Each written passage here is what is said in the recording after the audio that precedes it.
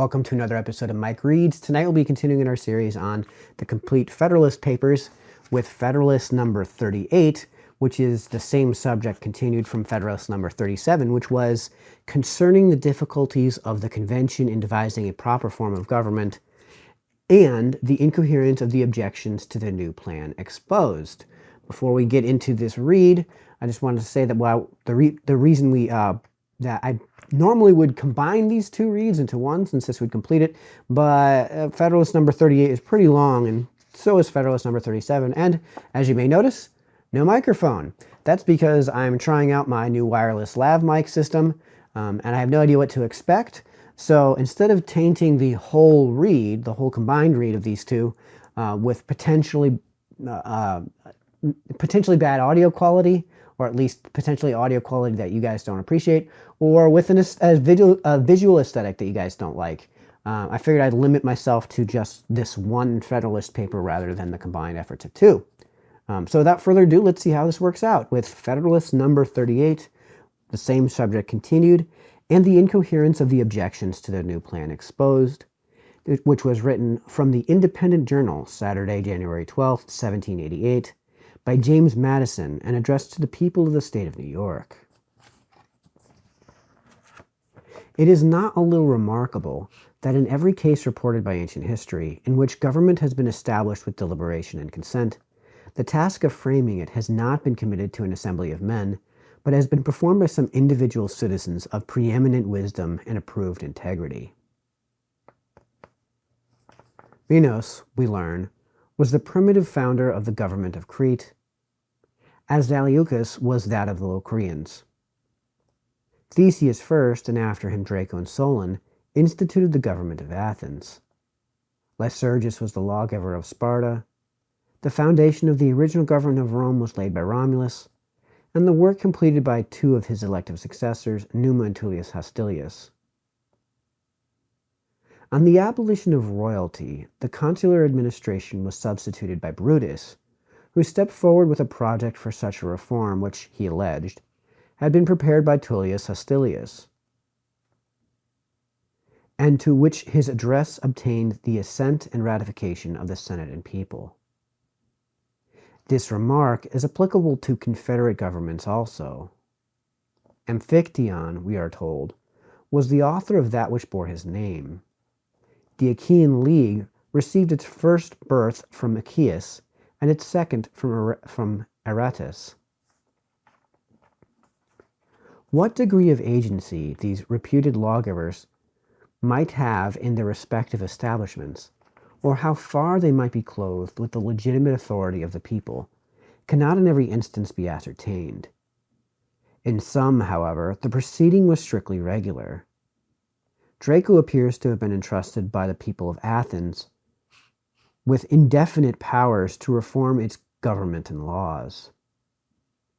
And Solon, according to Plutarch, was in a manner compelled by the universal suffrage of his fellow citizens to take upon him the sole and absolute power of new modeling the Constitution.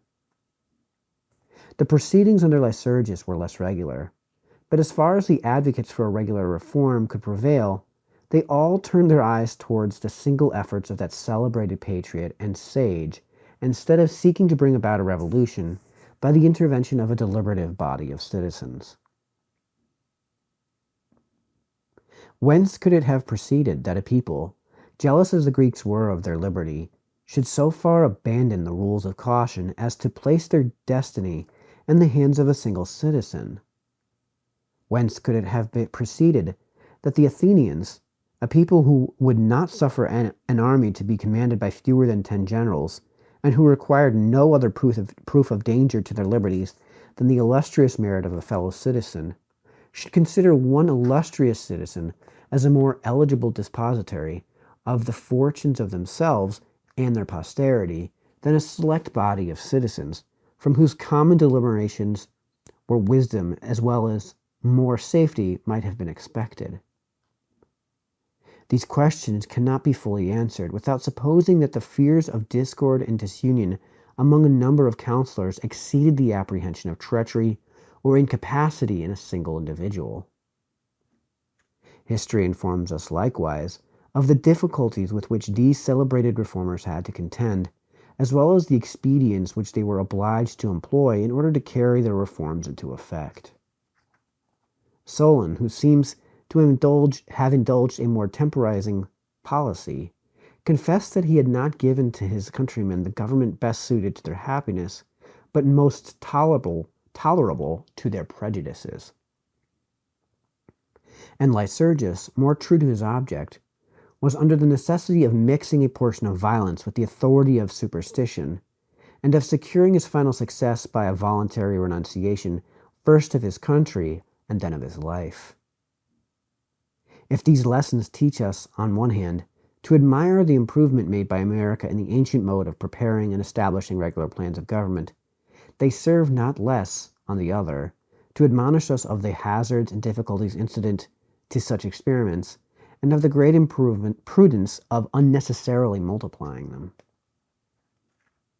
Is it an unreasonable conjecture that the errors which may be contained in the plan of the convention are such as have resulted rather from the defect of antecedent experience on this complicated and difficult subject than from a want of accuracy or care in the investigation of it, and consequently such as will not be ascertained until an actual trial shall have pointed them out? This conjecture is rendered probable not only by many considerations of a general nature, but by the particular case of the Articles of Confederation. It is observable that among the numerous objections and amendments suggested by several states, when these articles were submitted for their ratification, not one is found which alludes to the great and radical error which on actual trial has discovered itself. And if we accept the observations which New Jersey was led to make, rather by her local situation than by her peculiar foresight, it may be questioned whether a single suggestion was of sufficient moment to justify a revision of the system. There is abundant reason, nevertheless, to suppose that immaterial as these objections were, they would have been adhered to with a very dangerous inflexibility in some states, had not a zeal for their opinions and supposed interests been stifled by the more powerful sentiment of self-preservation. One state, we may remember, persisted for several years in refusing her concurrence, although the enemy remained the whole period at our gates, or rather in the very bowels of our country.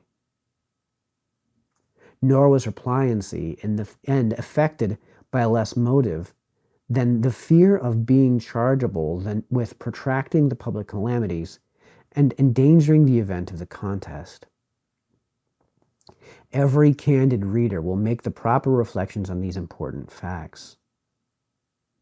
A patient who finds his disorder daily growing worse, and that an efficacious remedy can no longer be delayed without extreme danger, after coolly revolving his situation and the characters of different physicians, selects and calls in such of them as he judges most capable of administering relief and best entitled to his confidence. The physicians attend. The case of the patient is carefully examined. A consultation is held. They are unanimously agreed that the symptoms are critical, but that the case, with proper and timely relief, is so far from being desperate that it may be made to issue in an improvement of his constitution. They are equally unanimous in prescribing the remedy, by which this happy effect is to be produced. The prescription is no sooner made known, however, than a number of persons interpose, and, without denying the reality or danger of the disorder, assure the patient that the prescription will be poison to his constitution, and forbid him, under pain of certain death, to make use of it.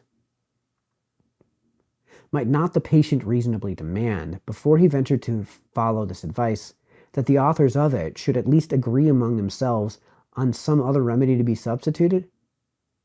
And if he found them differing in as much from one another as from his first counselors, would he not act prudently in trying to experiment unanimously, recommended by the latter, rather than be hearkening to those who could neither deny the necessity of a speedy remedy nor agree in proposing one?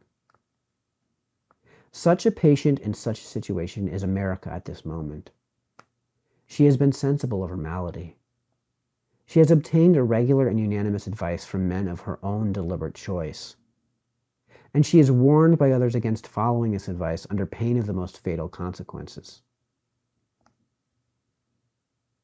Did the monitors deny the reality of her danger? No.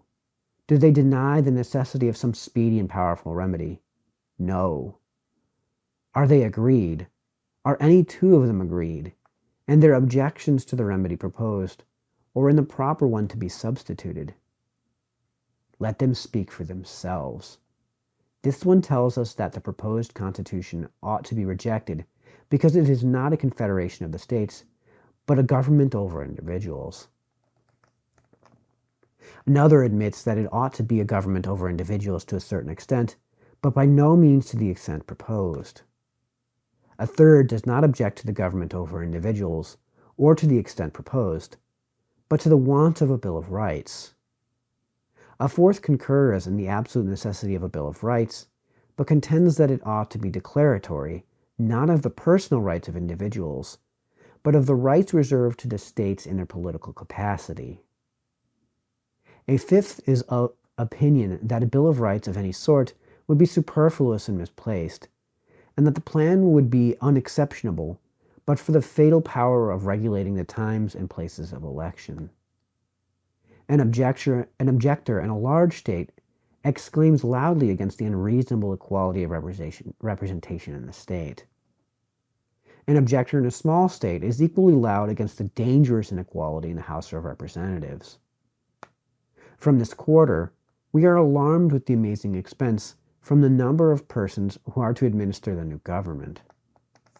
From another quarter, and sometimes from the same quarter on another occasion, the cry is that Congress will be but a shadow of a representation, and that the government would be far less objectionable if the number and the expense were doubled. A patriot in a state does not import or export, discerns insuperable objections against the power of direct taxation. The patriotic adversary in a state of great exports and imports is not less dissatisfied that the whole burden of taxes may be thrown on consumption. This politician discovers in the Constitution a direct and irresistible tendency to monarchy that is equally sure it will end in aristocracy. Another is puzzled to say which of these shapes it will ultimately assume, but sees clearly it must be one or other of them, whilst a fourth is not wanting, who with no less confidence affirms that the Constitution is so far from having a bias towards either of these dangers, that the weight on that side will not be sufficient to keep it upright and firm against its opposite propensities. With another class of adversaries to the Constitution, the language is that the legislative, executive, and judiciary departments are intermixed in such a manner as to contradict all the ideas of regular government and all the requisite precautions in favor of liberty. Whilst this objection circulates in vague and general expressions, there are but a few who lend their sanction to it. Let each one come forward with his particular explanation, and scarce any two are exactly agreed upon the subject. In the eyes of one, the junction of the Senate with the President in the responsible function of appointing to offices, instead of vesting this executive power in the executive alone, is the vicious part of the organization. To another, the exclusion of the House of Representatives, whose numbers alone could be a due security against corruption and partiality in the exercise of such a power, is equally obnoxious. With another, the admission of the President into any share of a power, which ever must be a dangerous engine in the hands of the executive magistrate, is an unpardonable violation of the maxims of Republican jealousy. No part of the arrangement, according to some, is more inadmissible than the trial of impeachments by the Senate, which is alternatively a member both of the legislative and executive departments, when this power so evidently belonged to the Judiciary Department. Quote, "We concur fully," reply others, in the objection to this part of the plan, but we can never agree that a reference of impeachments to the judiciary authority would be an amendment of the error. Our principal dislike to the organization arises from the extensive powers already lodged in that department." End quote. Even among the zealous patrons of a council of state, the most irreconcilable variance is discovered concerning the mode in which it ought to be constituted.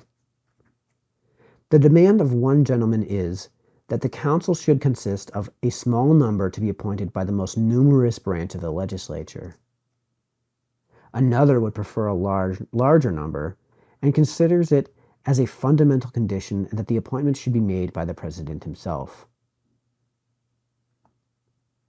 As it can give no umbrage to the writers against the plan of the federal Constitution, let us suppose that as they are the most zealous, so they are also the most sagacious, of those who think the late convention were unequal to the task assigned to them, and that a wiser and better plan might and ought to be substituted. Let us further suppose that their country should concur both in this favorable opinion of their merits and in their unfavorable opinion of the convention, and should accordingly proceed to form them into a second convention with full powers, and for the express purpose of revising and remolding the work of the first. Were the experiment to be seriously made, though it required some effort to view it seriously even in fiction, I leave it to be decided by the sample of opinions just exhibited, whether, with all their enmity to their predecessors, they would, in any one point, depart so widely from their example, as in the discord and ferment that would mark their own deliberations, and whether the Constitution now before the public would not stand as fair a chance for immortality as Lycurgus gave to that of Sparta, by making its change to depend on his own return from exile and death, if it were to be immediately adopted, and were to continue in force, not until a better, but until another should be agreed upon by this new assembly of lawgivers. Mouthful. It is a matter both of wonder and regret that those who raise so many objections against the new Constitution should never call to mind the defects of that which is to be exchanged for it. It is not necessary that the former should be perfect. It is sufficient that the latter is more imperfect. No man would refuse to give brass for silver or gold, because the latter had some alloy in it. No man would refuse to quit a shattered and tottering habitation for a firm and commodious building, because the latter had not a porch to it, or because some of the rooms might be a little larger or smaller, or the ceilings a little higher or lower than his fancy would have planned them.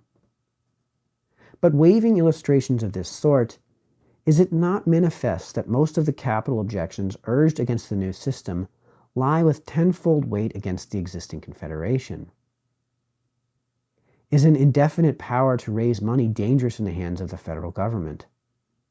The present Congress can make requisitions to any amount they please, and the states are constitutionally bound to furnish them. They can emit bills of credit as long as they will pay for the paper. They can borrow, both abroad and at home, as long as a shilling will be lent.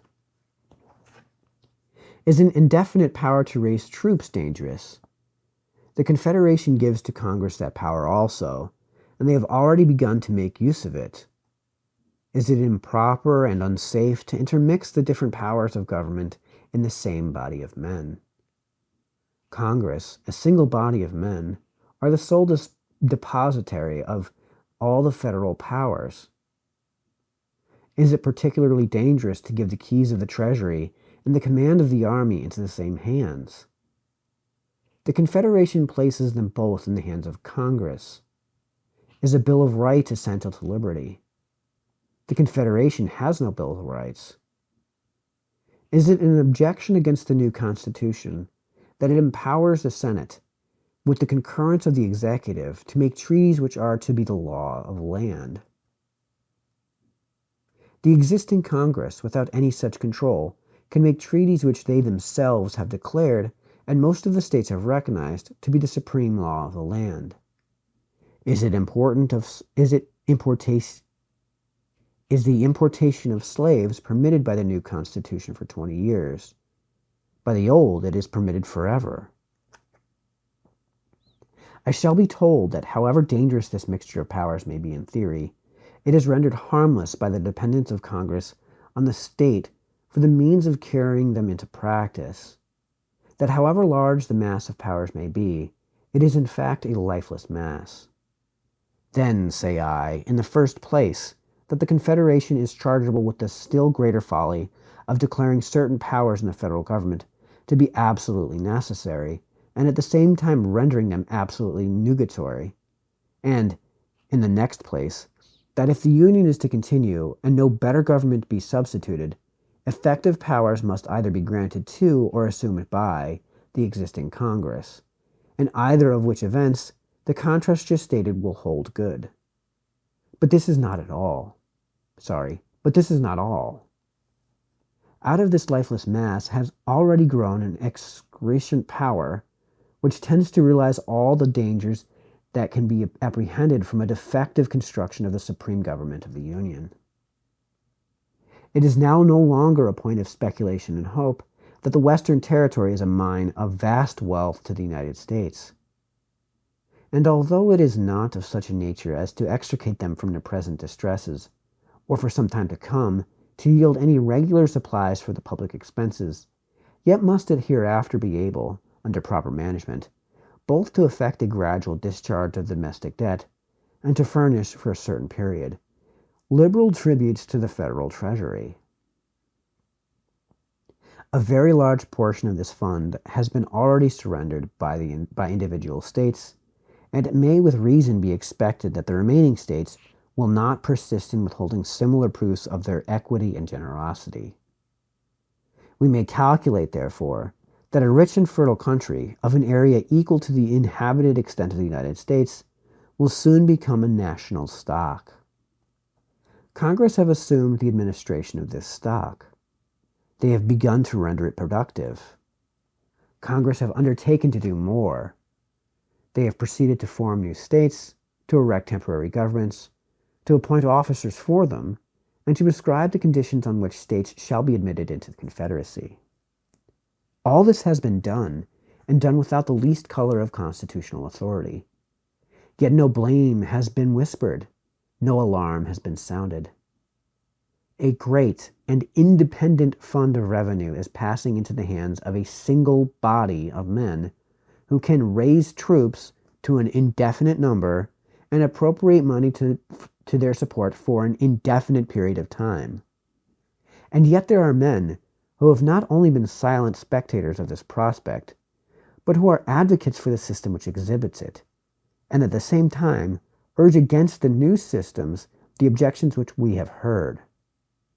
Would they not act with more consistency in urging the establishment of the latter, as no less necessary to guard the Union against the future powers and resources of a body constructed like the existing Congress, than to save it from the dangers threatened by the present impotency of that assembly?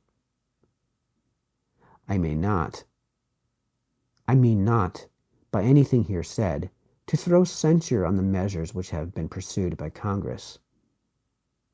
I am sensible they could not have done otherwise. The public interest, the necessity of the case, imposed upon them the task of overleaping their constitutional limits. But is not the fact an alarming proof of the danger resulting from a government which does not possess regular powers commensurate to its objects? A dissolution or usurpation is the dreadful dilemma to which it is continually exposed. Signed, Publius. All right, that concludes Federalist number 38. We will continue in this read with Federalist number 39, and I think that's a singular read. Let me just check briefly. Federalist number 39 is a singular read, so I don't know if we're going to move on to 40 after that, because 39 is actually pretty long, but we will at least do Federalist number 39 in the next read. So until then, this has been Mike, signing off.